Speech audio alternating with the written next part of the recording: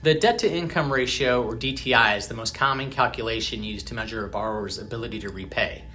Technically, the ratio is the total of the new monthly mortgage principal and interest payment, the property taxes and hazard or homeowner's insurance, whether you escrow or not, flood insurance if it's required, homeowners association dues, plus those same existing payments on any other real estate or land that you own, plus all monthly debt servicing payments shown on your credit report, divided by the total of your verified monthly gross income. So in most cases, this is the sum of all the required payments on your real estate, auto, credit cards, student loans, and any other installment debt that you may have, divided by your monthly income prior to any deductions. Now, historically, we know that below a 30% DTI, mortgage defaults are rare, but above 30%, defaults increase proportionally. And for manually underwritten loans that can be sold to Fannie Mae, the threshold is still at 36% DTI.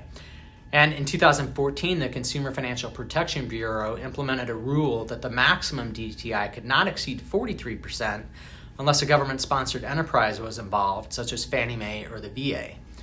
Now, on jumbo bank statement or Fannie Mae, Freddie Mac, or FHA loans, the maximum DTI is now 50%, typically, although that can be pushed slightly higher in certain situations.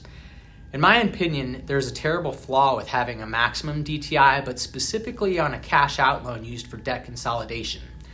One example I encountered was a borrower who, over many years, had amassed credit card and other debt so that along with their existing mortgage payment, their current DTI was approaching 75%.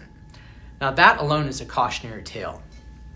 But anyway, by using their home equity to pay off that debt, their new DTI would have been around 52%, lower by nearly 20%, and they had never once been late on their existing mortgage. So by providing a more affordable situation and the likelihood of a default on a new mortgage made common sense. But because the DTI was over 50%, he couldn't be helped. Now, it's also important to understand that even though we may be able to provide you with a mortgage with the DTI at 50%, that does not mean it's affordable.